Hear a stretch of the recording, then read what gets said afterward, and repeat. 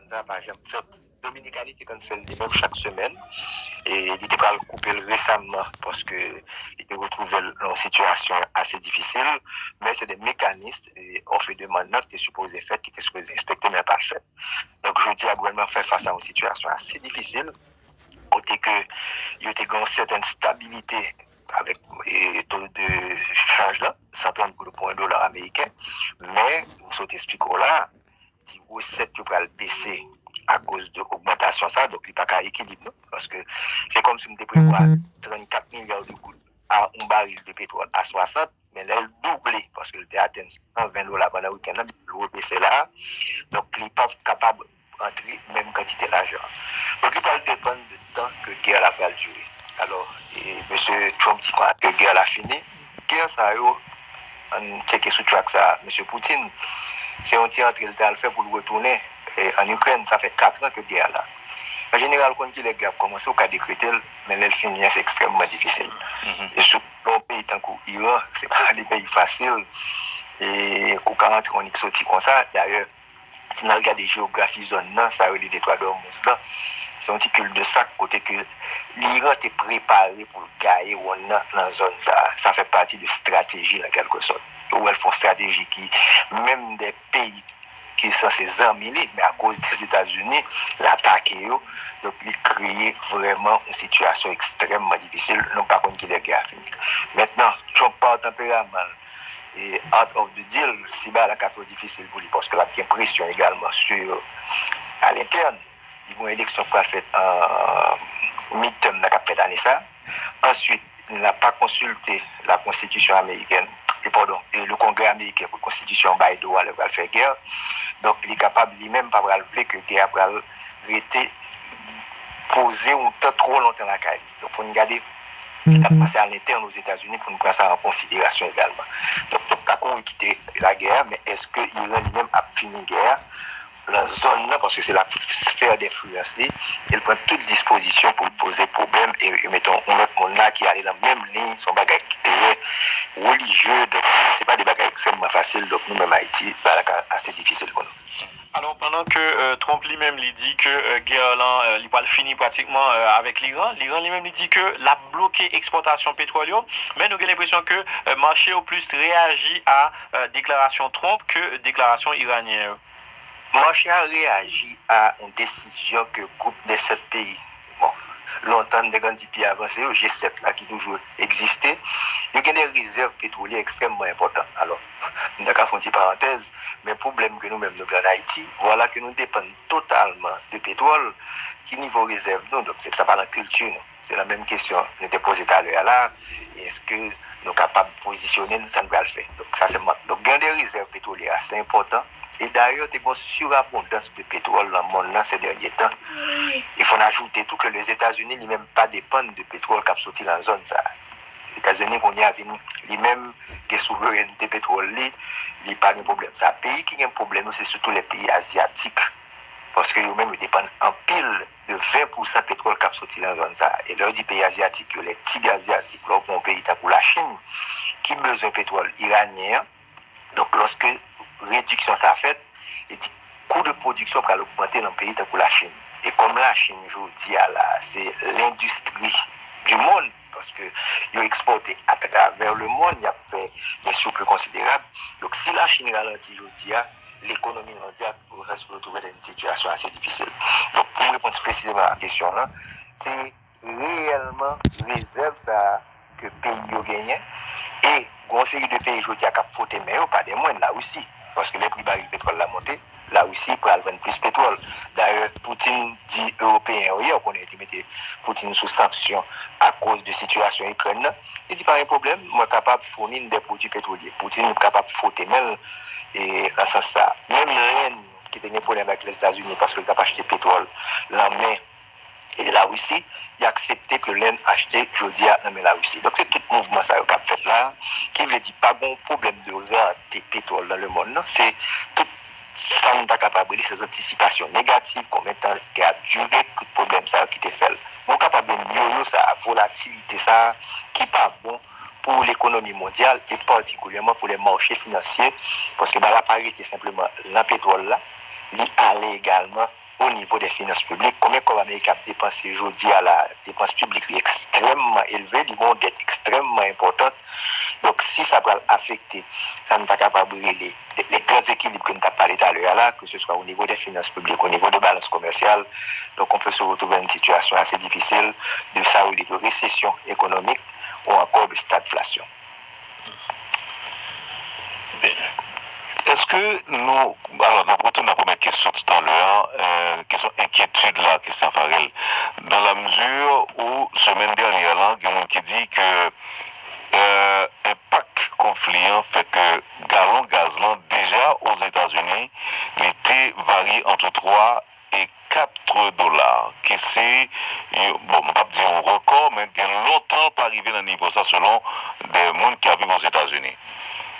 Est-ce que ça veut dire que nous-mêmes, tous les qu'on dit, le bab camarade au point du feu, ou même pas à la trempe?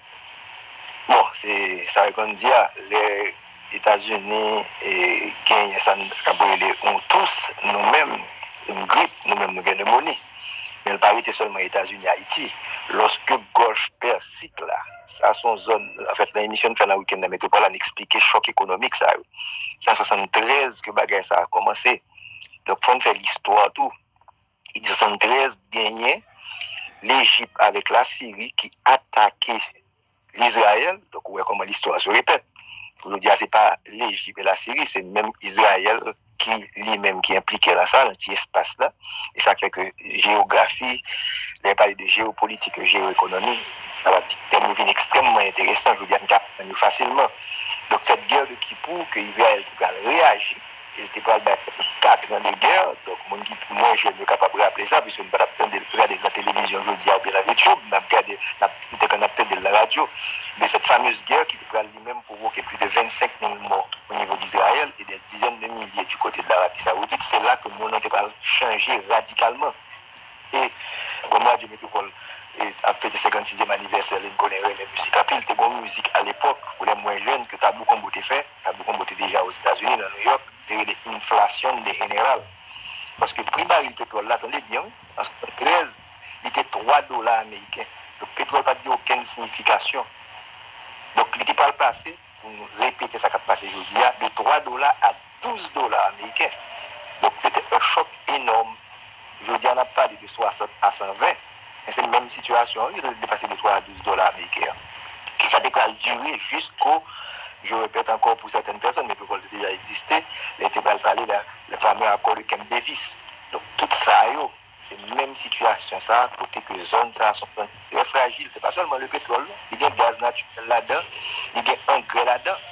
J'aurais pu dire, suivez mon regard, on a parlé d'engrais. Ça veut dire que même secteur agricole là, il y a des problèmes tout avec le raté d'engrais qu'il y a sur le marché international là. Donc, on va venir ensuite la guerre, le fameux choc pétrolier, un deuxième qui devrait faire 78-79 à la fin des années 70 et qui prend lui-même pour me retirer dans Haïti comme un choc pétrolier lié à l'économie haïtienne. Et à l'époque, Jean-Claude Duval était pas un propre problème à l'interne lorsque aspect politique question. Nous sommes maintenant Lydiane Pierre-Paul là, ça ne va pas détourner. On rappelle que crackdown qui était fait sous ça, et tout ça a créé problème sur l'économie haïtienne. Et il y a des gens qui pensaient que depuis la fin des années 70, donc avec les années 80, la fait carte, tout pareil ça, depuis les sages de Duvalier, c'était pas le plus gros choc qui gagne. Et toujours l'histoire économique de ce pays, c'est à partir de période ça, dollar, c'est quand vous 5 gouttes là, on va l'obliger de passer à 5 gouttes 50, 7 gouttes 50. Donc tout ça lié tout à choc pétrolier. Donc le monde a changé en 73 et je dis à là, on a vécu le même mouvement ça fait 53 ans de choc au niveau de cette zone, Israël et ses voisins qui paraissent bien trop. Toute bataille que nous avons parlé chaque matin, qui a passé dans la zone ça, et bien je dis, c'est ça, nous avons vu la rentrée avec Netanyahu dans la zone ça. On est que c'est combat qui passe trop pour se retirer, mais il doit quitter Israël pour la bataille dans la zone ça. C'est pas la constitution Iran, il parle même pour disparaître Israël. Et Israël lui-même entend pour quitter la zone. Donc voilà une situation extrêmement grave et difficile actuellement dans le monde et que nous-mêmes nous sommes capables de payer les conséquences là. Donc pour répondre à la question là, oui, c'est un bagage qui est vraiment difficile. S'il affecte les États-Unis, on se parle de prix à la pompe, qu'est-ce qui voit l'argent en Haïti plus souvent? C'est pas mon qui a plus, non? C'est mon qui travaille dans des conditions plus difficiles, qui est capable de voir 100 dollars ou 200 dollars. Donc, si le prix de gasoline a augmenté et l'inflation retourne aux États-Unis, il y a bien moins de capacité pour nous voir le dollar en Haïti. On parle de balance commerciale d'ailleurs là, importation et exportation. Les importations pétrolières d'Haïti vont augmenter avec l'augmentation du prix du baril de pétrole sur le marché mondial parce qu'on va le payer beaucoup plus cher. Et comme l'exportation depuis l'année dernière, depuis quelques années, il passe en bas 1 milliard de dollars américains, donc le déficit de balance commerciale l'a aggravé. Et si nous avons moins et transfert de devises capitaliques, donc on voit que les déséquilibres au niveau de l'économie haïtienne, que le finance publique, que le balance commercial, que le taux de change, ça va déranger de manière considérable. Alors, cela dit, vous souhaitez expliquer tout à l'heure que nous n'avons pas de culture et fait réserve. Qui comportement consommateur nous avons supposé qu'il y a commencer à acheter gaz pour nous servir au cas où ou bien on va créer plus de problèmes pour créer. On va mieux vous poser la question que de vivre dans une illusion tout, dans bataille de mentir.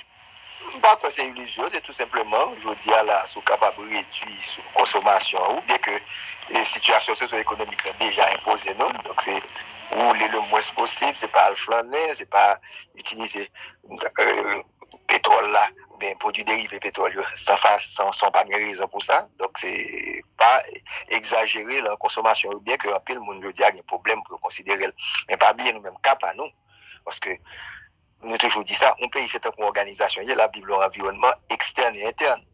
Nous créons contre problème nous la campagne déjà sur le plan politique. Et qu'on y a un choc externe ça, qui est des menaces qui affectent nous là, donc nous prenons et à l'intérieur et à l'extérieur. Bon, c'est que le gouvernement, s'il peut faire changement ça pour te mettre tout tralala que le là, le gouvernement peut-être un intérêt, je dis à ces élections préparées. Tu supposé qu'il y a moins pour le gouvernement qu'on y a, tu supposé qu'il y a un gouvernement qui répond à ça hier. Mais comme nous, on est parti politique, parce que c'est même formation, même façon qu'on fait, et on est capable de changement au niveau des transitions, à chaque fois, on fait un coup de tout. Donc, avoir un gouvernement aussi pléthorique, avec un paquet de monde qui va le consommer, qui va rapporter nous, parce qu'on a perdu 35 milliards de gouttes si les prix restent à ce niveau-là, pendant qu'on peut le dépenser dans des ministère qui peut-être pas rapporter une grande chose et que nous sommes capables de faire économie de ça pour le moment. Pour cet éclairage. Un plaisir à toute l'équipe. Voilà. Bonne journée. L'économiste Kestner Farrell. Plus de 900 mètres linéaires de route seront restaurés du carrefour Gérald Bataille à Clercine suite à la signature d'un protocole d'accord entre le ministère des Travaux publics, Transports et Communications MTPDC et la mairie de Tabar. Le projet sera financé par la mairie de cette commune à hauteur de 50 millions de gourdes et durera 3 mois. La signature de ce protocole d'accord s'inscrit dans le cadre d'une démarche visant à dégager une synergie entre les différentes entités publiques sur instruction du Premier ministre Alexis Didier-Fils-Aimé. C'est ce qu'a déclaré le ministre des Travaux publics, Joseph Almat Pierre-Louis. De son côté, le président du conseil municipal de Tabar, Arsonval Alexandre, a précisé que la réhabilitation de ce tronçon de route mettra fin à un trafic dangereux du fait de la dégradation continue de la chaussée. Compte rendu, Guerbijan. Autre revêtement dégradé, les fissures. Le piètre état de la route menant à Carrefour Ita et Clercine ne date pas d'hier. Finalement, la mairie de Tabar a un plan. Sa réhabilitation sera assurée par le ministère des Travaux publics au terme d'un protocole d'accord signé avec le cartel municipal. Une décision accélérée par la convocation express du gouvernement samedi dernier par le Premier ministre Alexis Didier-Fils-Aimé a fait savoir le ministre des TPTC, Joseph Almat Pierre-Louis. Le protocole d'accord ça, il accouché suite à retraite Premier ministre, son Excellence Monsieur Alex Didier Fils-Aimé était fait dans la villa d'accueil samedi. Et pour le ministre a besoin d'un souci de résultat.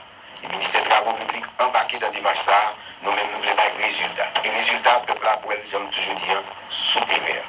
Donc, dans ce sens ça, je vous dis, nous réunir les amis de la presse pour nous signer un protocole d'accord ça avec la mairie de Tabar. L'ingénieur Almat Pierre-Louis assure que plus de 900 mètres de route seront bitumés d'ici peu. Un chantier nécessaire pour permettre un trafic stable dans la zone.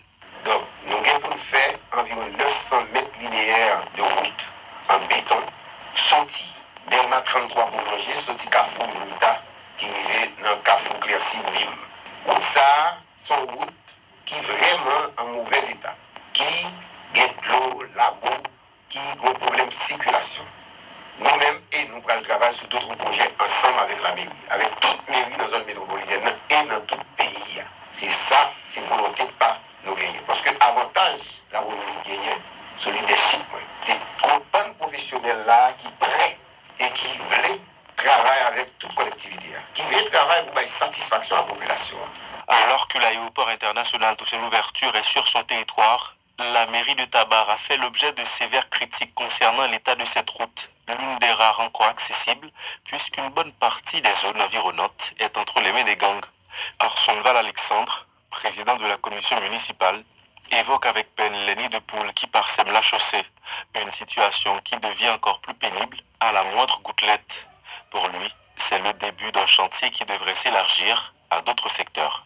J'espère avec le TBDC n'a pas compris le kilomètre route. Parce que nous avons expérience dans la mairie, dans cette unique, et qui est là, nous avons pédagogie. Nous aussi, nous allons doucement, mais bien, dans le travail. Donc c'est pour ça, donc c'est pas pour les bagages, nous avons la pression de faire avec le TBDC, parce que nous avons engagé, parce que nous disons que nous sommes haïtiens, bien technique là, 26 000 km dans la nous avons tous engagé, nous avons engagé pour ça. Et c'est le tabac, c'est la bonne autorité, nous avons pays de recherche, nous disons, si nous avons opportunité, même si ce n'est pas un mandat défini, mais ça qu'a fait, nous fait, nous va aller bien, nous va aller vite. Et très bientôt, vous regardez comment nous avons fait Caso et aller voir la coiffure, nous avons fait le travail, parce que depuis que volonté, la bonne volonté, la pousser le chemin. Financés par la municipalité à hauteur de 5 millions de gourdes, les travaux dureront 3 mois. De l'avenue Gérard Théodard au carrefour de Clercy en passant par le carrefour État, les routes fortement dégradées rendent la circulation difficile, voire dangereuse. Désormais, la mairie promet de ne plus traîner les pieds et de se mettre à la tâche. Coup d'œil à l'étranger, Chili, fin d'une transition compliquée entre le président de gauche Boric et son successeur d'extrême droite. Oui, au Chili, c'est la fin du mandat du président de gauche, Gabriel Boric. Il s'apprête à passer la main à son successeur d'extrême droite élu le 14 décembre à la tête du pays. Aussi, Antonio Katz sera investi demain, mercredi 11 mars, lors d'une cérémonie très protocolaire et à laquelle les Chiliens sont attachés. Comme le veut la tradition, cela faisait déjà plusieurs semaines que la passation de pouvoir était enclenchée, mais une discorde sur un projet de câble sous-marin chinois a suspendu celle-ci. Alors le 3 mars, après une réunion entre les deux dirigeants qui a pris fin brusquement, aussi Antonio Cast annonçait rompre le dialogue avec le président Gabriel Boric, du jamais vu dans l'histoire politique chilienne. Le président élu d'extrême droite accusait le gouvernement de gauche d'avoir omis des informations concernant notamment le projet de câble chinois de fibre optique entre le Chili et Hong Kong. Ce projet finalement ne verra pas le jour, mais a provoqué jusqu'à la réaction des États-Unis.